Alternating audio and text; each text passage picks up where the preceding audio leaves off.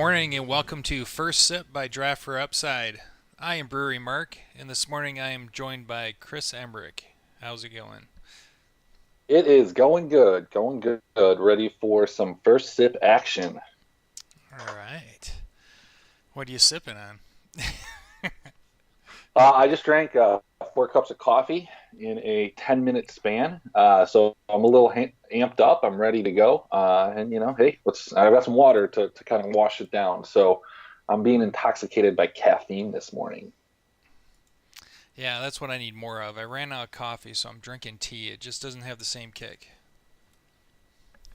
No, it sure doesn't. No. Sure doesn't. So how'd you fare in DFS over the weekend? Well, despite my warnings, I did play the Rising Stars Challenge, and that was a mistake. And I played the All-Star game, which was a mistake as well.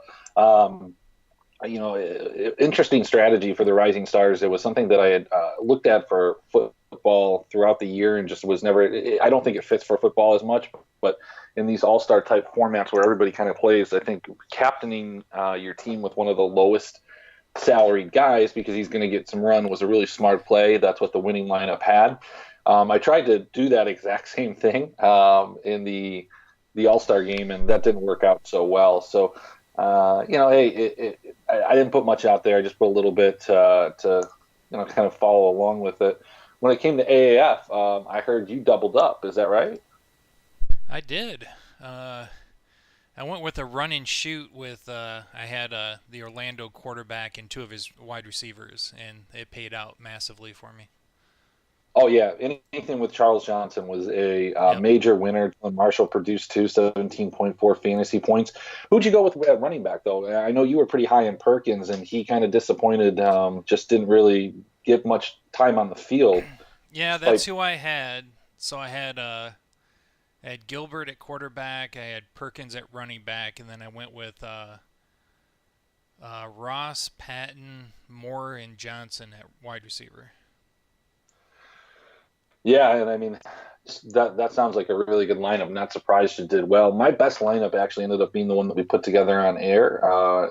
Finished, look, I lost $10, so I played about 50, lost $10. My best lineup was 83.06, and that includes actually a better showing on the second day because I went with Wolford pretty much for all of my lineups on the 2 day slate. On the 1 day slate, I did go with Orlando. So, the double stack on Orlando, Jalen Marshall, Charles Johnson was a real moneymaker, but also, favorite of the podcast back on Wednesday was Jaquan Gardner, who came through with 104 yards, 2 touchdowns, got subbed in on a third or maybe even, yeah, it was like a 3rd and 9 at the end of the game. And I think the whole idea was to get him a second touchdown and get him his 100-yard bonus. That's what it sounded like from the play call from Mike Martz. They really kind of shift that game and just went into just running mode. They couldn't pass. It wasn't effective. But him and, I want to say the guy's name is escaping me, but the two running backs just dominated that fourth quarter. Atlanta is going to be a team where we're going to target running backs for the rest of the year because they can't stop anybody. The week before, Akeem Hunt looked like a monster, got 2 carries, nothing this week. So definitely target Atlanta. Beyond that, it was the week was a little bit surprising, but not in a way that surprised me too much. When you get these type of leagues where you don't have a lot of data, you're going to have some surprises. And one of the big surprises was Memphis being able to hang in a game with Atlanta. Atlanta looked like world beaters, best team in the league. But in the first 2 quarters of the game with Memphis, they couldn't get anything done. It really actually reminded me of the game the Vikings had against the Buffalo Bills earlier this year, where, a lot of survivor pools got ruined.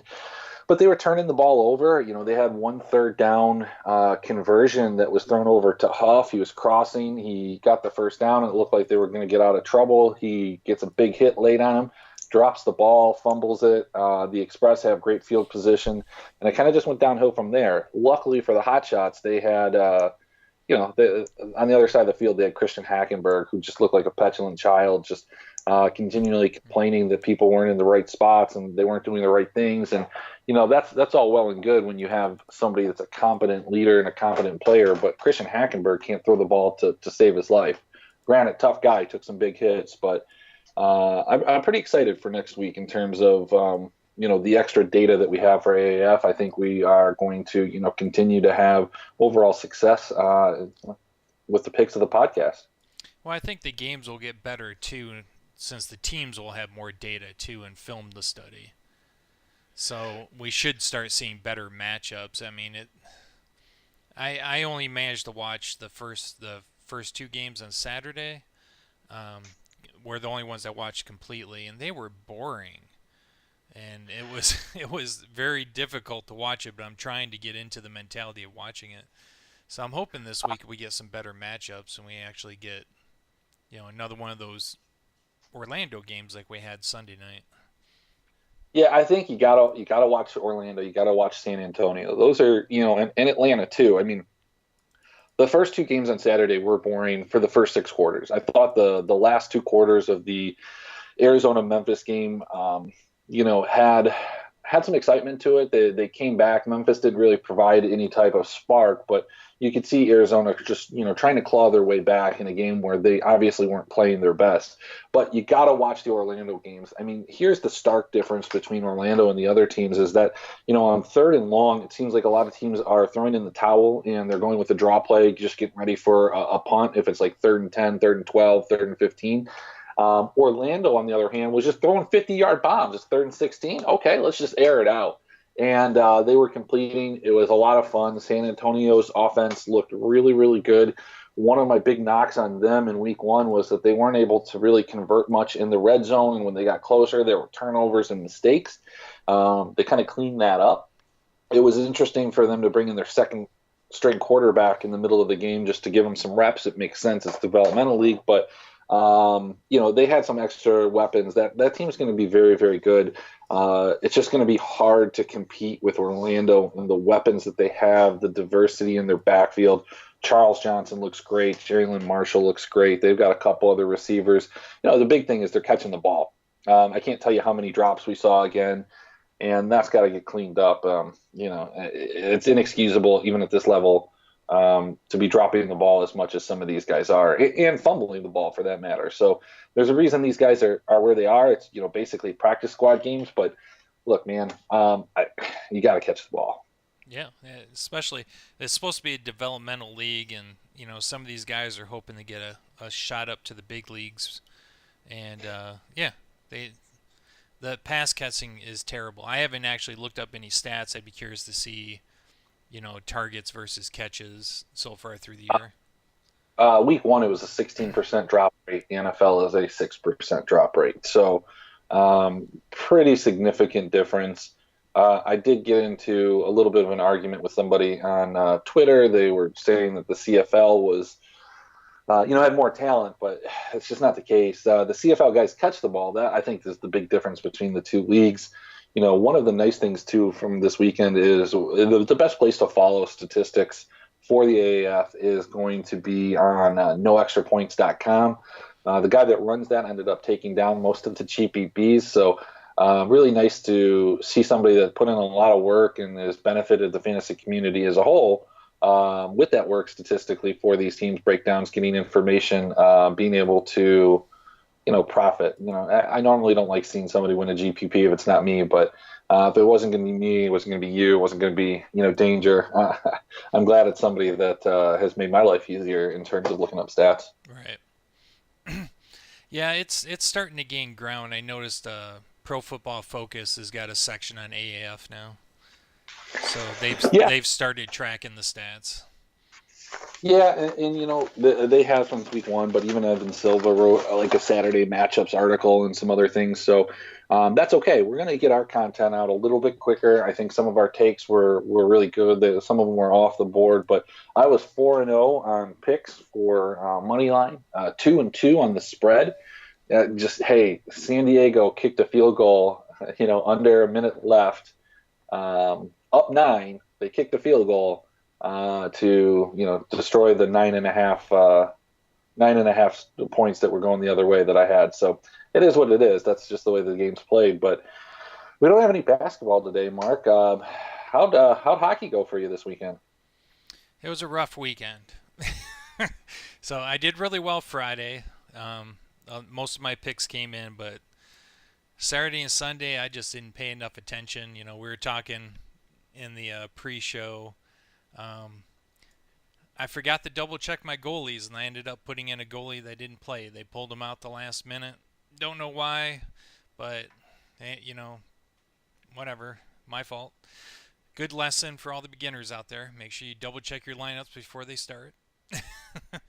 Yeah, but at least he didn't put up negative points. So, at least there's a positive, from that standpoint. It could have been worse. It could have been worse. Well, I mean, I didn't win anything, so. Yeah, yesterday was a tough day, I think. I actually did pretty well. I went from 17 to 20 and 20 to 31. I cleared the majority of my head-to-heads on both days, I think, with the exception of two yesterday and maybe one on Saturday.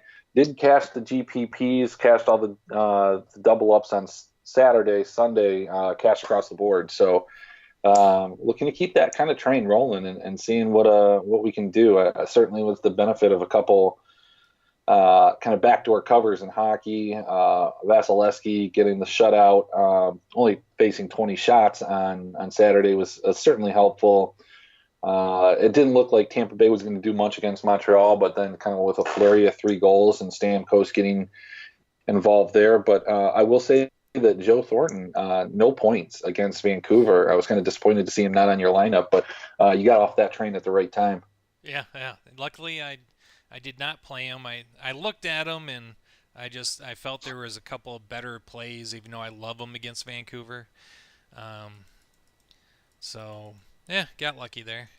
I Normally, mean, I like his price too. It certainly allowed for other kind of flexibility in the lineup and get some big guys, big salaries elsewhere and fit them in. yeah, yeah. So this week, tonight, there's 6 games. One of them you can't play in DFS, which is actually the best matchup too. It's Arizona at Calgary, which I couldn't believe Arizona blanked. Was it the Capitals the other day? Ugh. No, it was Toronto, and Toronto, yeah, they shut you out had Austin Toronto. Matthews, and I had I can't even say his name, like Kapanen or something like that, and nothing happened there for us. Ugh, I couldn't believe that. I thought that was a great lineup too. Big goose egg out of Toronto. But what do we got today? We got Tampa at Columbus. We got Ottawa at Chicago. Vegas at Colorado. Boston at San Jose, and Washington at LA for the late game.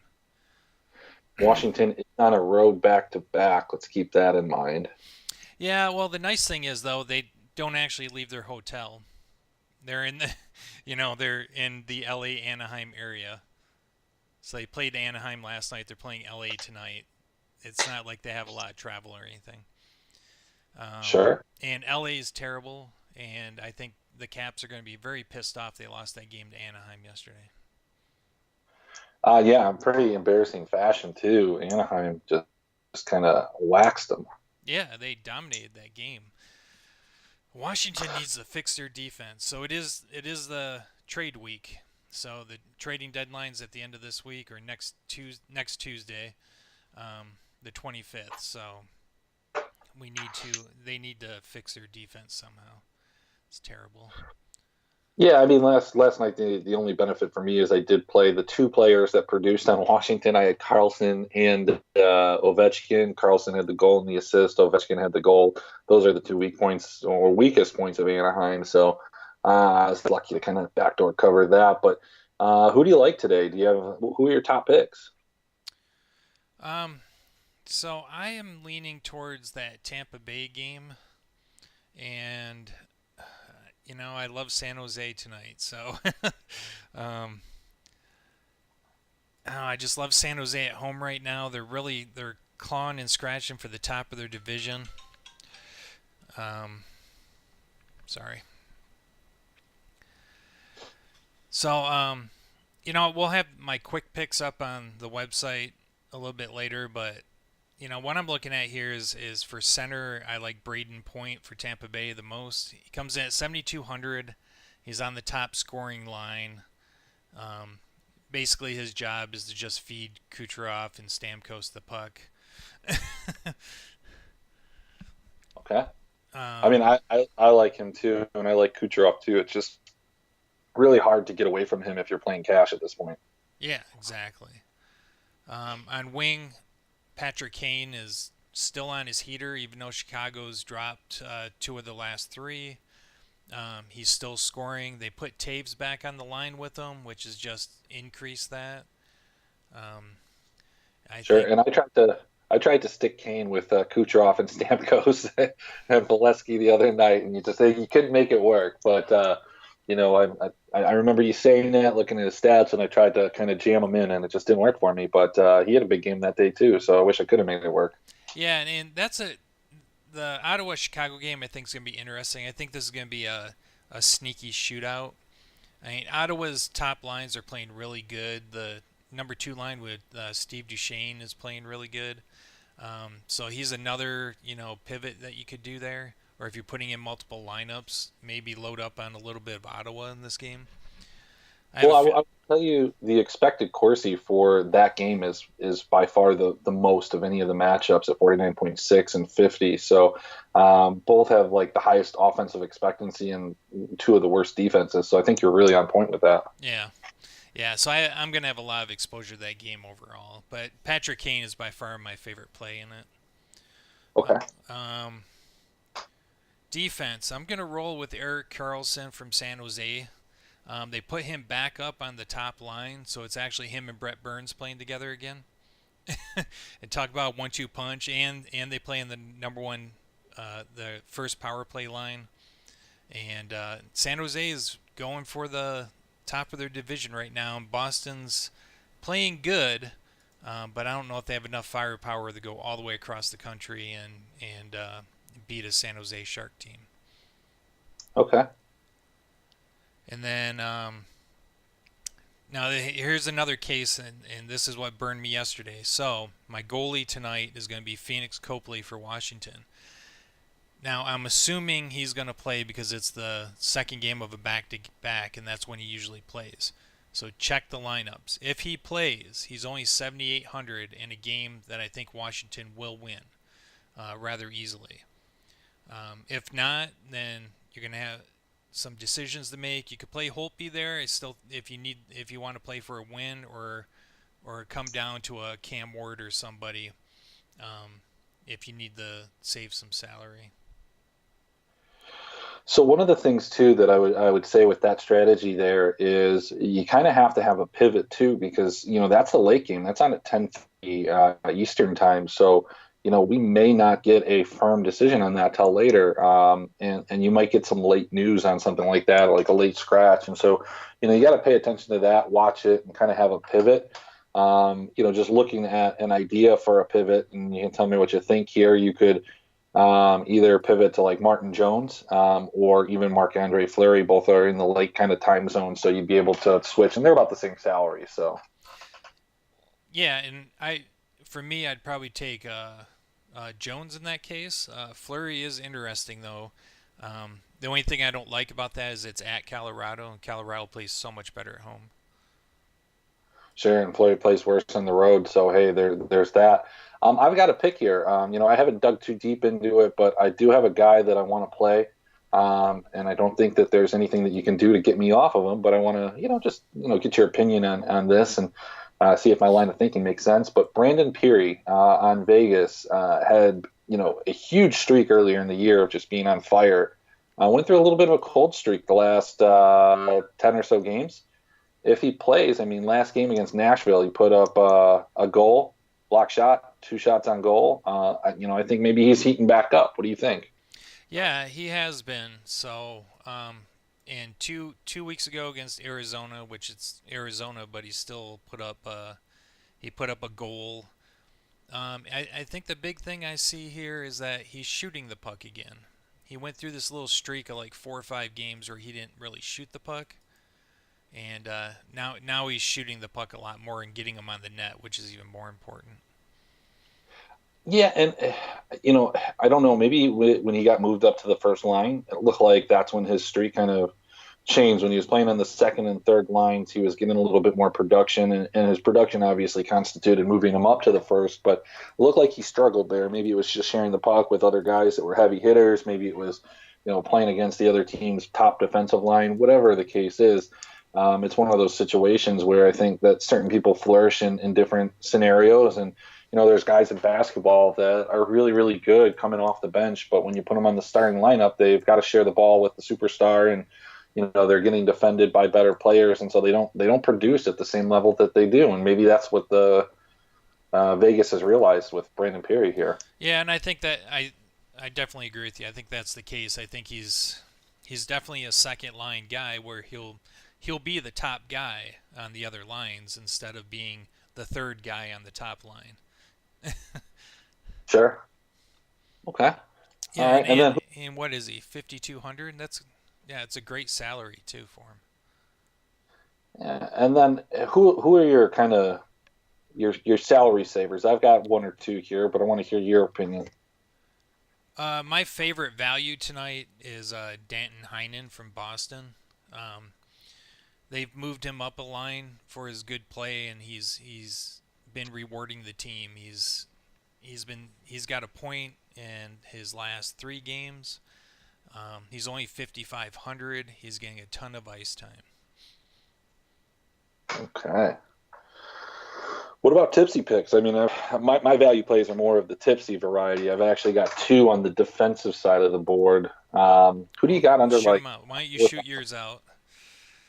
Okay, so from LA, I've got Oscar Fantenberg. I played him the other day. He's been hot. He's a defenseman at 2,500 over the last 7 games. These are his point totals: 1.4, 4.5, 5.5. 2-1, getting a lot of shots, getting a lot of block shots. So only in 2 of those games did he score any points. This is all coming from the peripheral production, and that's why I really like him. Is if he does get an assist or if he does get a goal, that just skyrockets, and he is playing on the power play now, so he's getting some time there. So that's number one. The other one is from Tampa. It's going to be Eric Cernick, another guy that's been just kind of red hot lately in his last 5 games, if he plays, because there's been a couple of games that he hasn't played. He's had 3 games over 4, 2 games over 5, had 7 shots against Montreal, along with 2 block shots. Hasn't really produced much in the way of points, but another guy that played on the power play a little bit 2 days ago. So if he plays, I Yeah, like he it. was one I was looking at the other day, and they scratched him before I could play him. I really like him a lot. I think he's a good Yeah. young player that they're trying to develop. Looks like he was actually hurt, so um, Well, he did play against Montreal. So, I mean, look, yeah, you get those two guys, you got two defensemen that can really produce for you at 6,000. It really kind of clears the way if you're going to play like Peary, that you can get Kucherov, Point, Kane, some of these other heavy hitters. Because if you can get the production out of these lower end guys, man, that's just the way to go. How about you? We got a couple minutes left here. my tipsy pick for tonight is Zach Smith from Ottawa. Um, he got fined but not suspended for a very vicious elbow the other day. um, but he's been bumped up in his time on the ice. He's getting 15 minutes or more. A few games ago, he had a goal and an assist. He's playing the third line, and I like the matchup against Chicago tonight. It's a place where Chicago's top defensive pairing is the only ones that are good. So this guy, being on the lower lines, is going to have a chance to get the puck on the net. Yeah, and you know what? I might just try and put together a really tipsy lineup with your tipsy picks, my tipsy picks, and then just load it up with studs. I will tell you that the left wing position, which is what he plays, Chicago gives up the 7th most points in the NHL over the last 4 weeks. 1.78 assists, half a goal a game, 10 points on average per game allowed to left wingers. So divvy that up and. I think you've got a nice option there. Yeah.